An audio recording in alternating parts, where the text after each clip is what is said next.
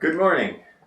My name is Jim Lyko. I'm here in Essex, Connecticut on June 2nd, 2009 to interview Doris Ross, retired U.S. Army Nurse Corps lieutenant during World War II.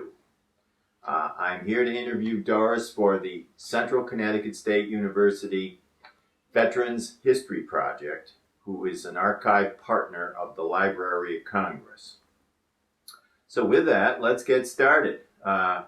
Doris, tell me a little bit about where you were born and take me on through your career. I was born in Red Hook, New York, which is just north of Poughkeepsie. My father at that point owned his own farm, and he lost it due to poor crops. And from there, went to a place called Hope Farm. Was there a short time when I was very, very little. And then when I was 4, Dad got a job managing the Woolworth estate. This was the son of Frank Woolworth. He had purchased his farm, 165 acres, and they were just getting married. They stayed with us off and on while their home was being built. Very democratic people. You'd never know they had a lot of money. And one of the first things she asked my mother was, "Didn't my brother John have a dog?" And Mother said no. So she went down to the WWII home in New York and came back with the dog whom we called Buddy. And then she said, "Well, John, you have this dog, we gotta make a dog house." So Mrs. Woolworth and my brother John, who was around 6 at the time, built a dog house. And we had a pony. She made sure we had horses to ride. And while living on the farm, which was when I graduated from high school in 1940, we had rode every day. But they were very, very good to us. And then when I graduated from high school, I didn't know what I wanted to do. So I, was an au pair for a year and then came home. And in the course of the conversation, my mother asked me what I wanted to do, and I said I didn't know.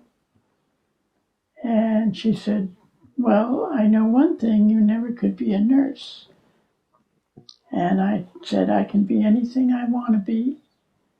And so I sent in an application to Vassar Brothers Hospital. I think it was on a Monday, had an interview on a Saturday, and was accepted the following Monday. So I spent my 3 years at Vassar. This was during the war, and we were all planning to go in the service as nurses afterwards. So was the war on while you were at Vassar with the Yes, the war was on. Early 40s? I was at Vassar from 41 through 44. Okay. One of the girls there and I were very friendly, and we decided we would go in the Army together. We had to make up all sick days, so I only had 2 to make up, and she had, I think, a couple weeks. And when she finished there, we went up to Albany General Hospital and worked there and took our state boards in Troy, New York. And as soon as we heard that we had passed our state boards and had our nursing license, we joined the Army. We were sent to Fort Dix, where we took basic training.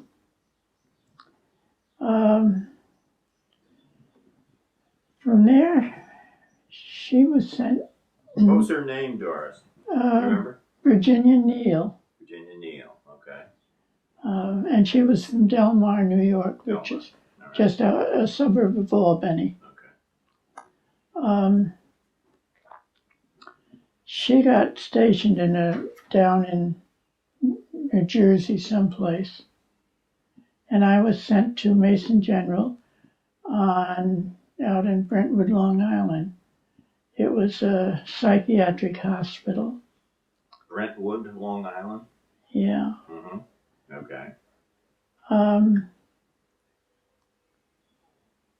I had not done much psychiatric nursing. And my first day there, I walked in the ward, well, they called it a ward room. It was actually a recreation room for the patients. And as I'm walking through, this girl said, "Salute me, you goddamn second lieutenant." And I didn't know what to make of it. And discovered she was a captain nurse who had been in a division similar to MASH at the at the front. Yeah. And had finally needed help and had been sent to the psychiatric hospital. So she was a patient then? Right? She was a patient. Oh, okay, yeah. So I went down and talked to the other patients and came back. And on my way out, she said, "Here are your keys." And to this day, I do not know how she ever got them out of my pocket. Oh my God, really? She can't take in your keys? Oh, wow. And yeah, it was in a pocket.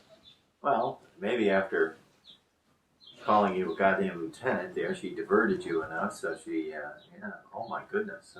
I didn't think I was even close enough for close that. enough for it. I still haven't figured it out. Okay.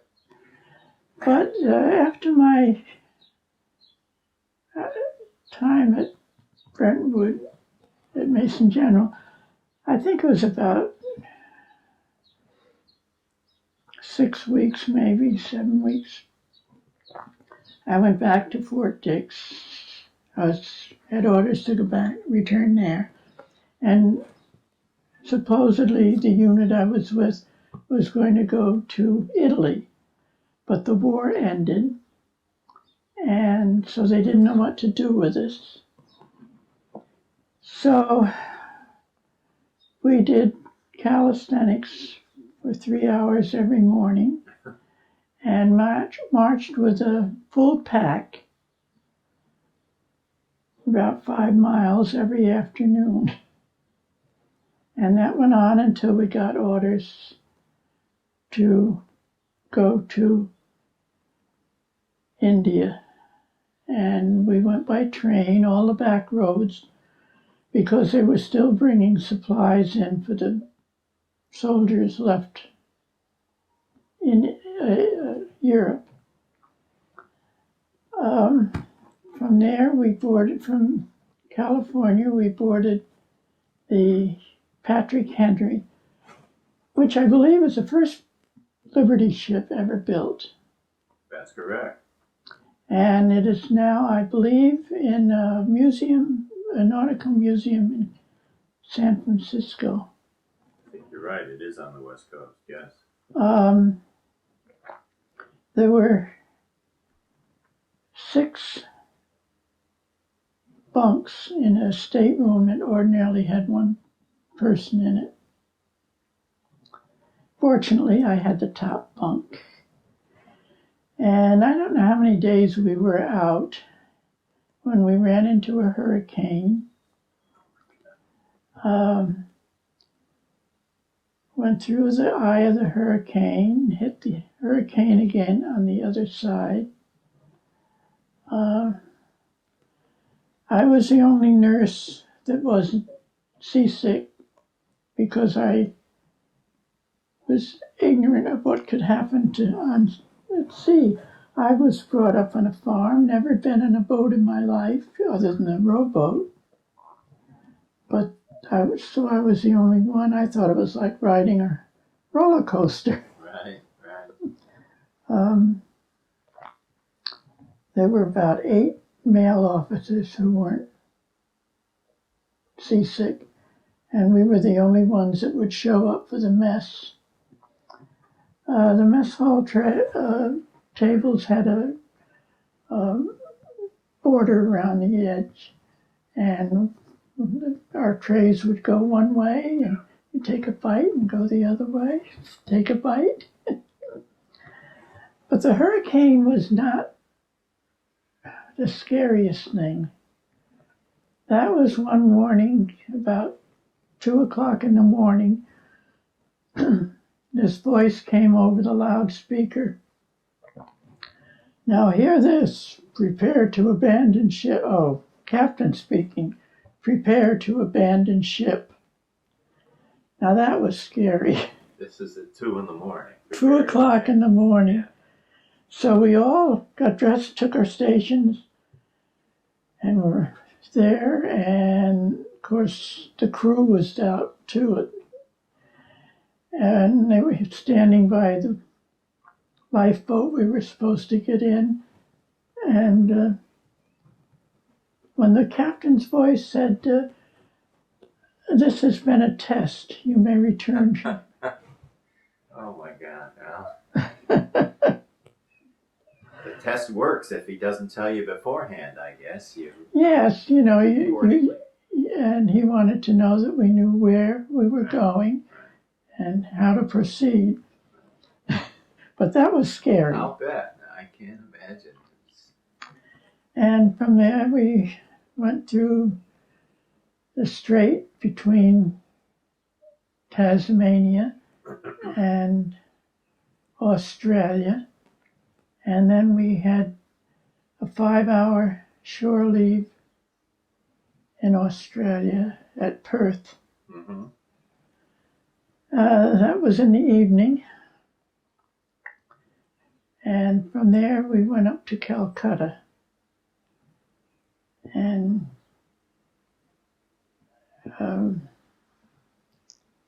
proceeded to get off the ship from there, and were put in barracks.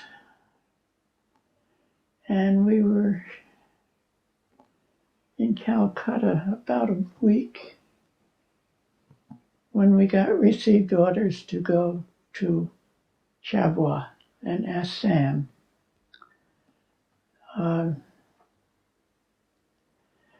We took off from Barracks Port, which was just outside of Calcutta. It was where all the army planes came, and we flew to Chabwa. And there we were in the 234th General Hospital. Again in the psychiatric unit. This is in India now. Yeah, I'm in Calcutta, India.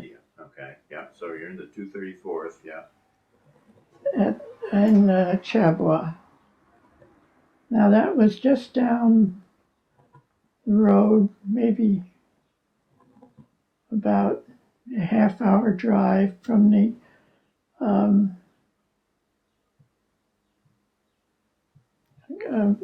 in Lido, ahead of the Burma Road? The Burma Road. Okay, so you're near the Burma Road, okay.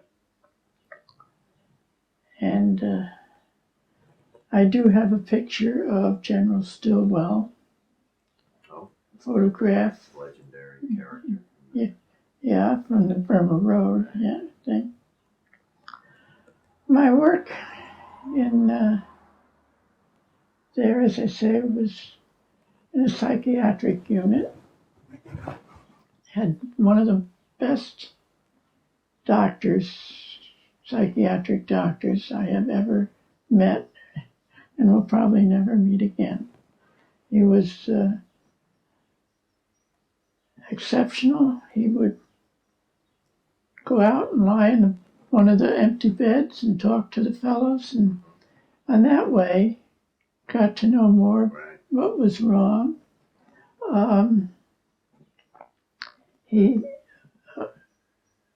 When they would come back, going home, they would come in, so many of them would stop in to see him.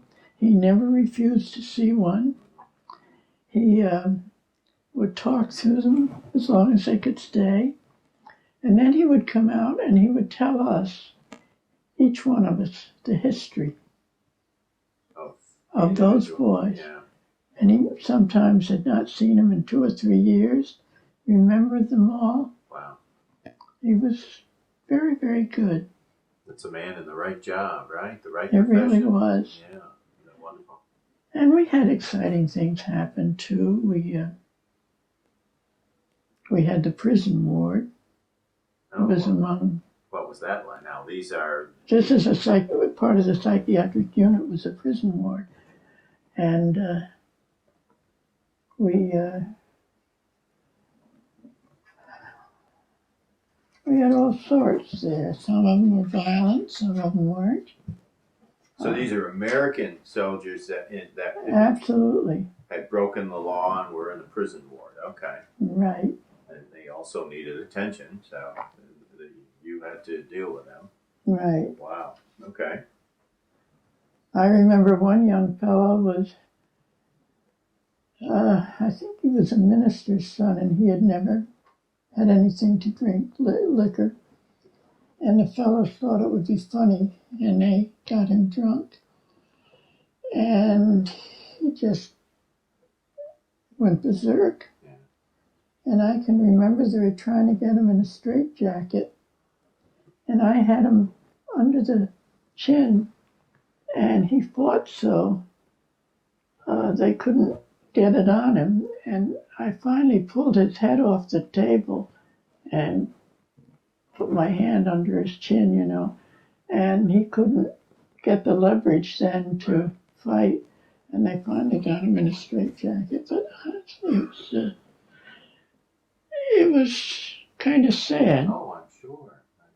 But you were doing your job, and that was the task at hand, was to get this guy squared away. And There were the units I was in. There were 5 what we call basher huts. Mm-hmm.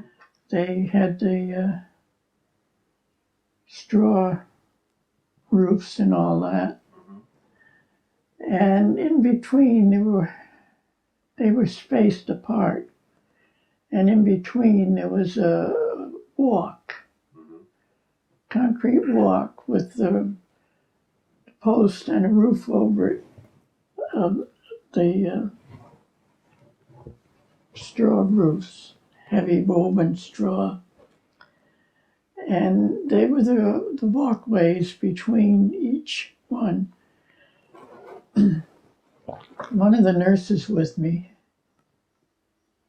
was on night duty, and she was walking the thing without a flashlight on, suddenly turned it on, and there, not 10 feet from her, was a krite snake.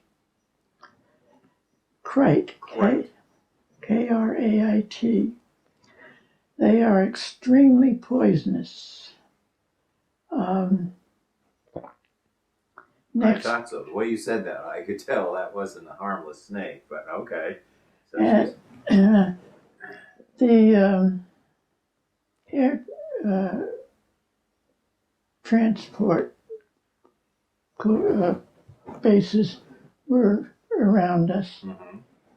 And one of the fellows previous to this had gotten off the plane, did not see the snake. The snake bit him. and he was dead by the time he got to the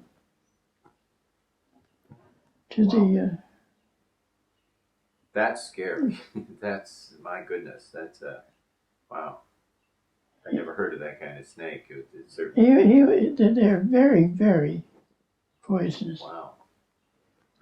So she looked at the snake, and the snake looked at her, and she stood perfectly still, and it finally went off. But it was scary. She didn't walk without her flashlight on after that, or you either, I'm sure. None of us did. None of us. Yes, I'm sure of that. No, and because the distance between the hangar and the plane, Yeah. short. And the other thing we had a puma. Would jump up on the roof of the walkways and walk along. It wasn't a pet. It was the puma out. It's like a Oh, it's a cougar kind of right. cat kind of a thing, but it was just out for a stroll, and or it's hunting, or We didn't know. We didn't know. And we didn't ask. okay. So it wasn't part of the unit. It's a pet in the unit. Okay. Absolutely not. Right. Oh, okay. So there's the wildlife on the base. Yes. Oh yeah. Oh, nice. So what was a typical day like for you? Well, we would get up in the morning and go on duty at 7, and we'd work till 1 and have lunch. And then the next crew would come on at 1 and work till 7. Mm-hmm. We only worked half a day because of the heat and all. Really, the heat was extreme. Huh? Yeah, the heat was extreme. And in the afternoons, we'd play games or we'd play tennis. The tea plantations, our hospital was in the middle of the tea plantations. And the owners of the tea plantations, some of them had swimming pools, some of them had tennis courts and what have you. And so we were allowed to use them, and we'd go play tennis, and 4 o'clock in the afternoon they would serve us tea. Oh, nice. Most of the plantation owners had gone back to England or Ireland or wherever they were from. And the general, who was head of our area, he lived in one of their homes. How many nurses were there, Doris? How big was your staff, or your co-workers, or the unit, I guess, if you were to say there were nurses? I have no idea, but I would say at least somewhere between 20 and 30. Okay, that gives me an idea. Yeah. And the night duty was the worst. And that was 7 at night to 7 in the morning, 30 days straight. Wow. And you had a break of about 20 minutes to go for something to eat. But other than that, you were making rounds and on the floor. Of course, all of this, you're talking to nurses, they did the paperwork, they did the guidance and stuff, but the actual work was done by the ward men, and they were wonderful. Yeah. Really wonderful. What kind of things did they do? I mean, you say the work was done. Like what? With dealing with the patients and things Dealing like with that? the patients, Yeah. and seeing they had clean linen and baths, and got their trays and took their trays away and did whatever had to be Basics, done. Right, okay. They weren't medically trained, but they certainly were maintaining the.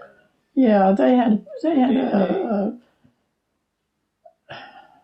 sort of like the LPNs before they could see that they took their meds and that they got the treatments they were supposed to be getting and what have you. plus cleaning the place up, Oh, I'm sure, yeah. you know, keeping it clean. Hospital, right. But so a lot of them were the unsung heroes of the service. Well, that's coming from you. That's very accurate, I'm sure. Now, what kind of patients did you deal with, Doris? So you were talking in this kind of the injuries or the, the help that these guys needed. Um, Because we are talking psychiatric, right? right. Well, you treated them however they needed to be treated. Each one is different. Okay. It's not as though everybody has this, everybody has that. Right. They're all there for different reasons, but they're there nonetheless, right? And some are hurt more than others, you know. For instance, I had a young fellow who was maybe 20, 21, engaged to be married, and he had his private parts shot off. Yeah. And I can remember his girlfriend came to see him. This was when I was in Mason General. And he refused to see her. Said the engagement was off. He wasn't a man anymore. And I mean, there's things like that, little things that just get to you. Oh my, I would bet. You know. And one of the fellows that I had for a patient was, turned out I grew up with him, had gone all through high school with him. Bill Burns, his name was, and he had been in one of the forests in the service in the army, and they were out there for 2 weeks camping in this woods. The temperature was below zero. They could not light a fire because they would give where they were away to the enemy. And 2 weeks of this, and as he said, if you heard a twig in the forest break, you didn't know whether it was someone in the enemy coming through, or the German army, or what it was. And he eventually just couldn't take it anymore. Probably others too, but he happened to be the one that I knew. So they come in for all different things. There's no two patients alike. And you try to help them and keep them calm and do what you can with them. Listen to them talk. I'm sure your associations, they probably look forward to your visits during the day and... Well, your nurse's office is right there. They can come in, you know, but to go out and sit and talk to them, and one thing is, well, like Colonel Greiber did, to go out and lie in the bed and shoot the breeze with the bullet pellets. Ease and comfort, right? Right. And maybe ask them a few questions, you know. He learned about their background. Background is very important. How they were treated as young people. And as I say, I was there in India. It was not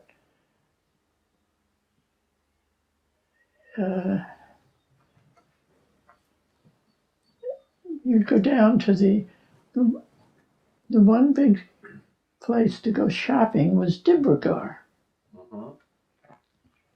Now in India, if you accept the price and don't dicker with them over it when you get it. If you don't dicker and you just take it as is, they swear at you when you leave. They want you to absolutely. That's part of their life. To haggle over the price. I could never understand that, but there are some people that, so, and you insult them if you don't yes. dicker. Well, should be like that today around here, but it's not. Yes, that's how interesting. Yeah. And there was one big department store, and that was it. Other than that, they were open Markets. Open market type sort of thing, little tent over them. Because of the monsoons, too, they had to keep themselves covered. Serious rain, yeah, I'm sure of that. And there was a day that the fella came down, walking down the road, and he had these 2 baskets, and, they carry everything on a bar. Right. And one of the girls called him over. He had 5 snakes in one basket and the cobra in the other. And I'm ironing on the screened-in porch, and I counted the snakes. And so he's there with this thing playing, and the cobra is swaying, and I look down, there's only 4 snakes. And I let out a yell. They were long. They were probably 4 or 5 feet long.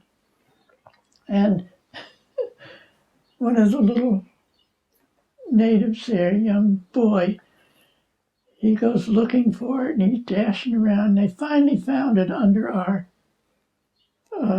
basha hut. And but I came, and what makes me think of this is we had a place called the Hump Happy Club. Now, this was the Army Transport Corps club unit, and we would go there in the evening and dance. Mm-hmm. We had a band there that was as good as Glenn Miller. Oh, really? Yeah. He was absolutely super. But I remember coming home one night from the dance, and I had to go use the bathroom, and I went in and I sat on the john. I felt this thing under me. I jumped up, and here was a toad that must have been about 3 or 4 inches high and probably about soft as could be. But he hopped down and went off. Oh my God! Oh my God! So you're in the jungle, I guess. That's yeah. Oh boy! And in your room in the Bashas, there were probably 6 bedrooms, screened-in porches on both sides, with closets to put your clothes in one. The beds were probably 3 by 3s, 2 by 2s, not heavier than that. Probably 4 by 4s pieces put together, and then ropes was your springs. Yeah. And then you had a thin mattress over the top of it. But they were comfortable. Well, you were probably tired and working all day, or maybe it's and you get used to them. Yeah. You had lizards on the wall, and because they ate all the bugs. Of course, you had your mosquito netting over your bunk, so, but they were on the wall and they would eat the bugs that were in the... So there's a reason for the lizards were doing their job. Yeah. Your first instinct is to kill them. Right. But they had their job to do too. My God. Oh. But you're young. Yeah. And everyone is in the same boat as you are. Yeah. So you don't think that much about it. But you're a long way from Poughkeepsie, New York, so it's a heck of an education, isn't it? Huh? It's a wonderful. It was a Experience. wonderful education, a wonderful experience. And so I was there. Nothing really special happened, and I did not get leave at all. Some of the girls got leave, but I didn't get leave. Is it okay? Yeah, it's fine. When we came back, they came and flew us back down to Barracks 4.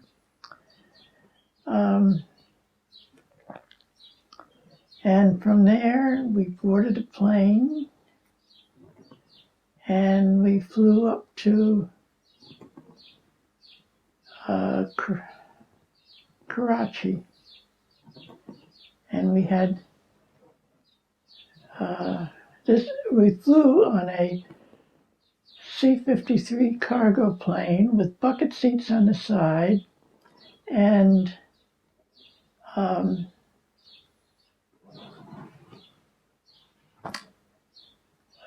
cargo in the middle. Not a very comfortable flight, I'm sure, right? And when we took off originally from there, it was forbidden to be done, but these fellows, the pilots, it was their last trip over there. And we went up to see Mount Everest. Oh my goodness. Now, the reason it was forbidden was because another plane had tried to do this with people going home back to the States, and the plane crashed. So that's when they said, no more of that. But these fellas decided, the heck with it, was their last day. They were going. So we went up. Well, the oxygen back where we were did not work. Wasn't working. But it was up in the pilot's cabin. And they were trying desperately to get it to work. And they came out with portable oxygen with us, and they clamped one on my face. It was empty. The oxygen was empty, and I said, it's empty. And I was fighting to get them off. I finally did. I said, it's empty. They had forgotten to replenish it. But fortunately, before we got up, well, it was real high. The oxygen, 29,000 feet, so you're up pretty high. Yeah, the oxygen came on. Okay. And we did get to see Mount Everest. Oh, wonderful. How long a trip was it, or diversion, or a side trip was it from where you left? You said you flew up to see it. Well, I think we left just after dinner, probably, and we didn't get in Kashmir or Karachi until like 5 at night or something. So it took time. Yeah. So as I say, from seeing Mount Everest, we went to Karachi. We had our dinner there. Took off again. Had breakfast in Baghdad. And took off from there and had breakfast in Athens again. Yes. And we had little engine trouble, so we had 4 hours leave. So we were able to see the Colosseum. Oh, wonderful. Yeah. No, is it the Colosseum? Acropolis. The Acropolis. Yes. And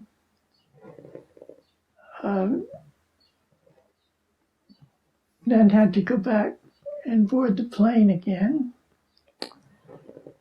And took off and we were supposed to go to Vienna. But when we got over Vienna, let's see, we went from Karachi to Baghdad to Athens to Rome. And spent a night in Rome, in the last hotel that Mussolini built. Oh my! It was very plush, believe me. Yeah. And we left early in the morning. And as I say, we were supposed to go to Vienna. We got there; it was all bombed out, so they couldn't land. And from there, we went to Paris. Yeah, we got to Paris, Orly Air Force Base, and took off from there. We had a meal there, I think. Took off from there and went to the Azores. We didn't get off the plane there. We were there just long enough to fuel up.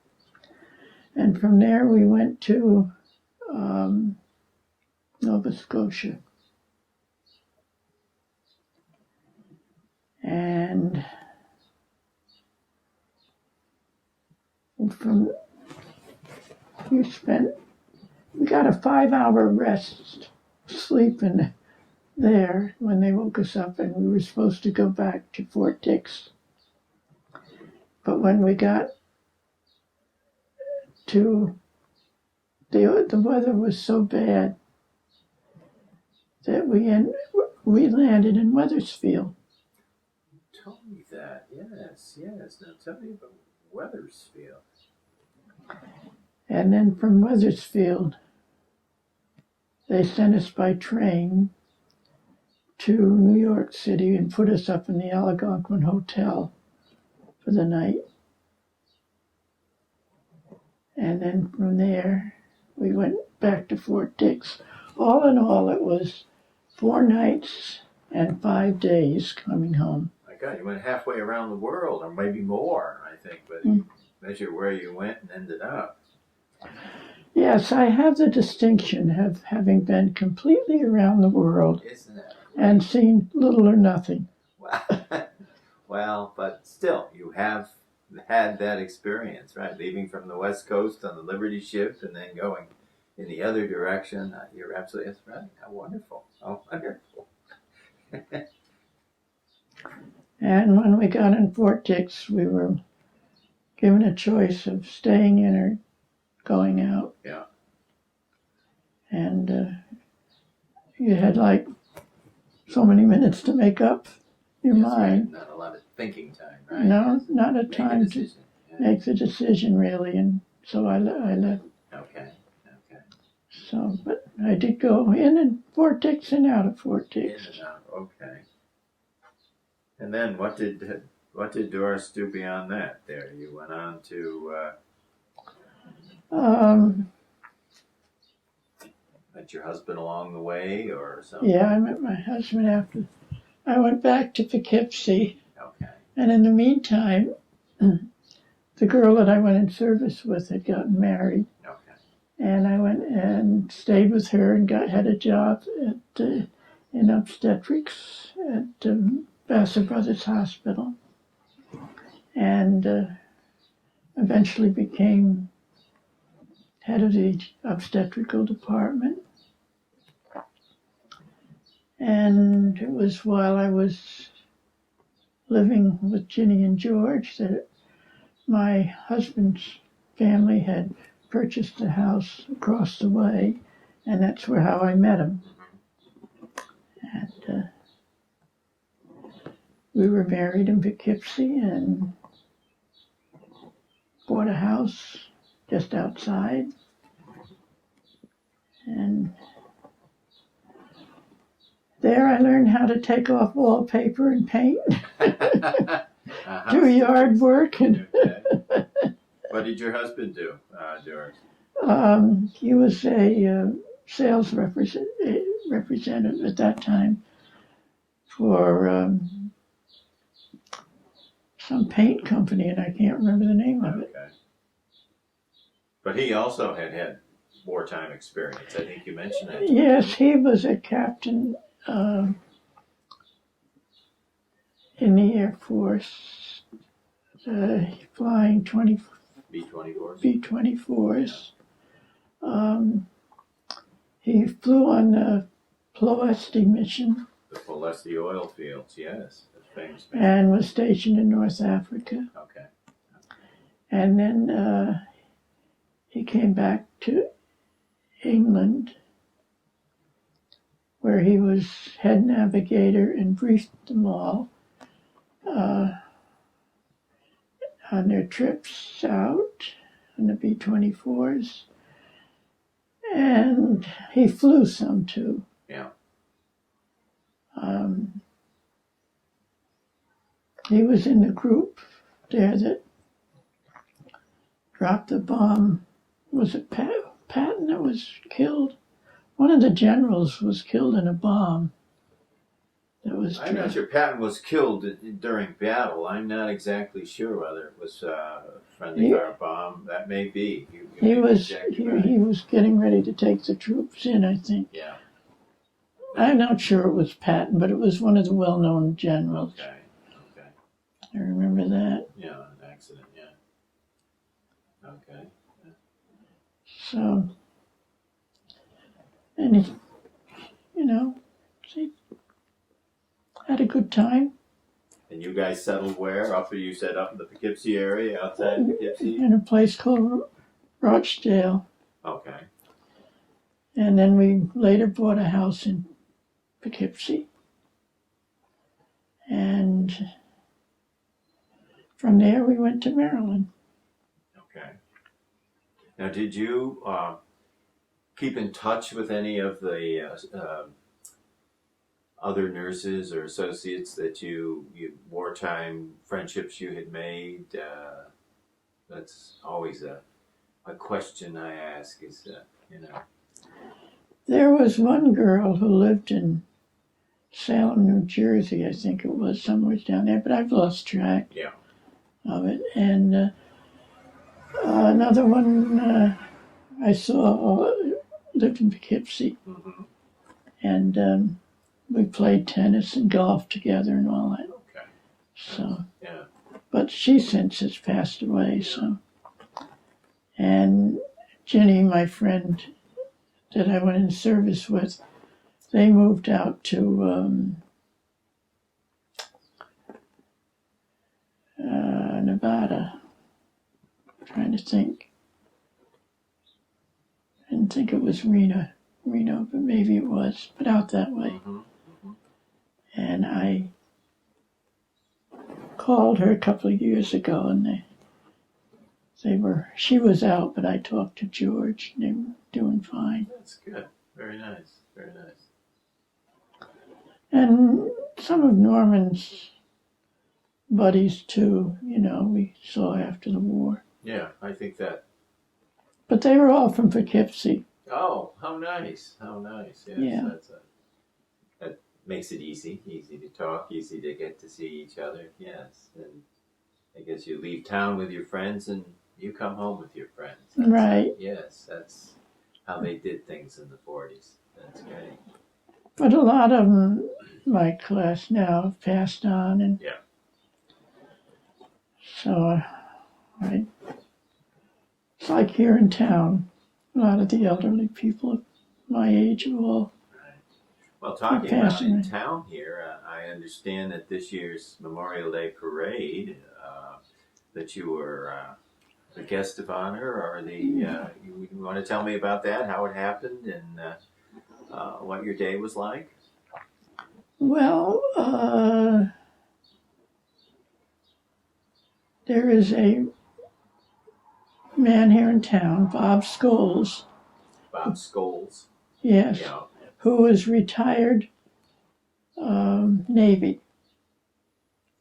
He put in his 30 years. Mm-hmm. And he belongs to our church. And I don't know how he found out that I was, but he asked me to be in the parade a year ago, Okay. and I was. There again, the only woman. So this year he came back and he said, would I be the Grand Marshal? I was the only woman, and so my husband said I could never say the word no. That's So nothing wrong with that. I was Grand Marshal. Yeah. And it was very, very nice. I had Bob's son, who's in college. He was my chauffeur. And in his mother's white convertible. And we had a nice day. So. And we had a nice day. And, you know, people are still surprised because I never said I was in the service. And isn't that something, huh? Yeah. they'd say, "Oh, it's Doris." There goes Doris. Isn't that wonderful? Yes. They know now, though, don't No, they? they know now. So it's been nice, and it's nice people in Essex. How did you get to Essex, Doris? How did you get from Poughkeepsie to Essex?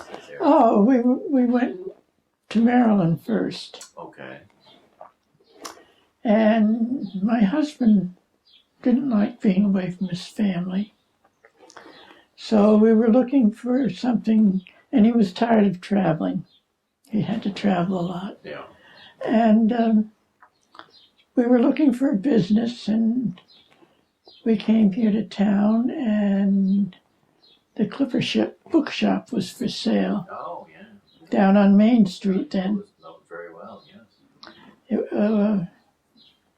I think the Taft Real Estate Agency, well, actually, they tore the house down. Yeah. It was a beautiful old house built in the late, I think, 1800s, or I can't remember, 17 or 18. The floors were wavy. Yeah. And we had the bookstore for, they told us when we bought it from the people who owned it at that time that they had the option of buying the building, and that we would too. But when it got down to it, they would not give us the option. So after 10 years, and we were making a profit. Of course, there were no bookstores then, except Mystic and Yale and Wesleyan up there. And he called out, there was a rent freeze had come on, and the owner called us one night around dinner time and said, "I just want to let you know that I'm going to move in there where you are because I can't raise the rent." So we didn't know what to do, and we looked all around, and we couldn't find anything. Essex was booming at the time.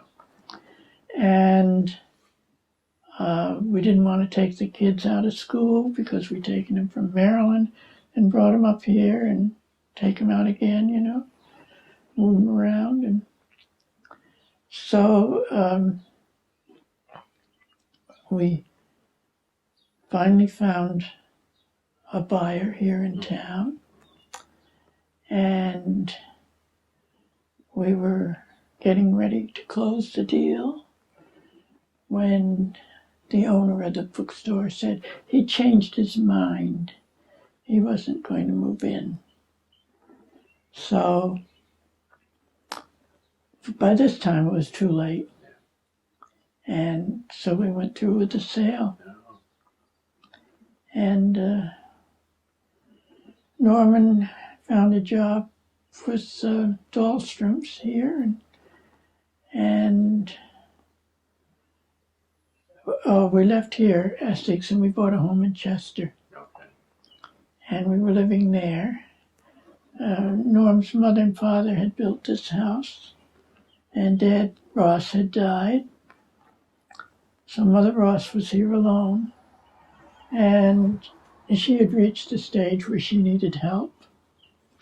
So we sold our house in Chester and bought this one here. Took care of her for 7 years. And I went back part-time. I was working part-time when I went in part-time. I was in full-time when we lived in Chester. I went in part-time here. So I would be here with Mother from up to about 2:30. And Norman would be home by 4. When you say part-time, did you go back into nursing? You say part-time? Yeah, part-time nurse. Okay. Nursing, yeah. And on evenings. So that Norm would be here with his mother. Nice. And I'd be here during the day. He'd be here when he got off. Yeah. So she'd be alone for just a couple hours. How long did you own the bookstore? 10 years. 10 years. I've been in that bookstore, and I'm sure I was in there when you were owners. It was, as you said, it was. There weren't many bookstores around. I went and found one as good as that, with lots of nautical books. And Norman wanted to own every nautical book ever printed. I think I do now, Doris. I have a lot of them, but yes, it's a wonderful vice. Well, he did ship modeling. You told me that. Yes, and he has pieces at the Seaport, Mystic Seaport, and Smithsonian. Tell me a little bit about that. How he got into that? That's interesting. Well, he built a kit model. Yeah. The Luther Burbank, which was a Victory ship. And they replaced the Liberty ships. Right. They were bigger and stronger. Right. They didn't make as many, but they were improved. Yeah. And from that, Richard was only 2, and I remember he knocked it off the desk and broke apart. And Norman patiently fixed it. The next thing I know, he's making them. Oh boy! Wow. And he loved it. I bet. Between his artwork and his, he loved to paint too. Oh. Okay. And between that and his ship modeling, he was happy. He was a happy man, huh? Oh, wonderful. Oh, wonderful. Right. Yeah. So. And how many children did you have? Do you have? I have a son who will be, and a daughter. My daughter's the oldest. Okay. And there's some grandchildren or great-grandchildren. You were telling me they... I have, my daughter had 2 girls. And one is married and one isn't. And the married one had a girl and a boy. And they live in Middletown. Okay. And my son doesn't have any children. Mm-hmm. He lives in Mounds, Oklahoma. He just bought 10 acres out there and built a home and a barn, and he's got 4 cows, he calls them. Okay, the farm, yeah. They're steer, Yeah. And he's getting a couple of donkeys and some chickens. Now, the reason for the donkeys is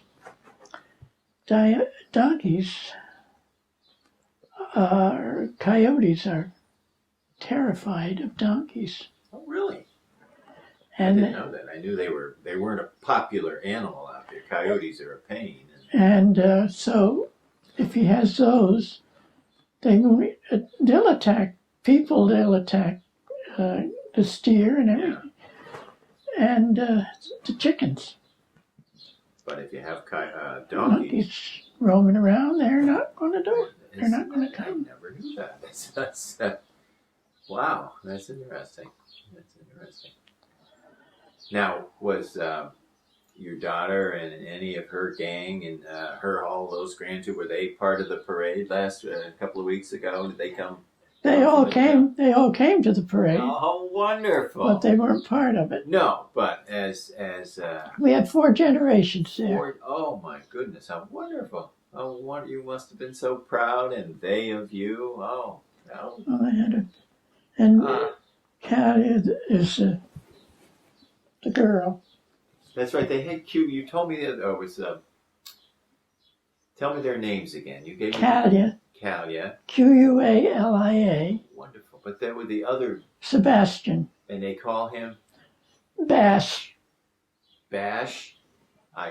That's a great. Yeah, I told my wife that. That's. Oh yes. And they were here for the parade. Right, and Katia wanted to come riding with me or Grandma. Yes. Okay. What is that? What they call you? What do they call you? Great grandma. Great grandma. Because they got a grandma. They got it. Wow. Okay. Oh, yeah, you're right. You're right. Yeah. So they wanted to ride in the parade, but maybe next year, huh? How wonderful. But it was. They enjoyed it. And then we had our picnic. Oh, wonderful. Wow. Doris, this has been delightful. I guess, do we have anything else to add here? I guess if we thought about it, I'm sure we could cover your career from front to back here. It's been a nice overview of what it was like to be a nurse and a psychiatric nurse. Is that correct? Yes. Mm-hmm. Okay. In the psychiatric department, you know. Right. But a very important part of war, which I think, as we talked about in our first meeting, that people don't think about.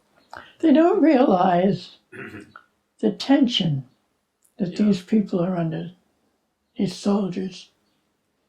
And I think this war that we're in now, there's been more, I think, suicides. Oh, it's horrible.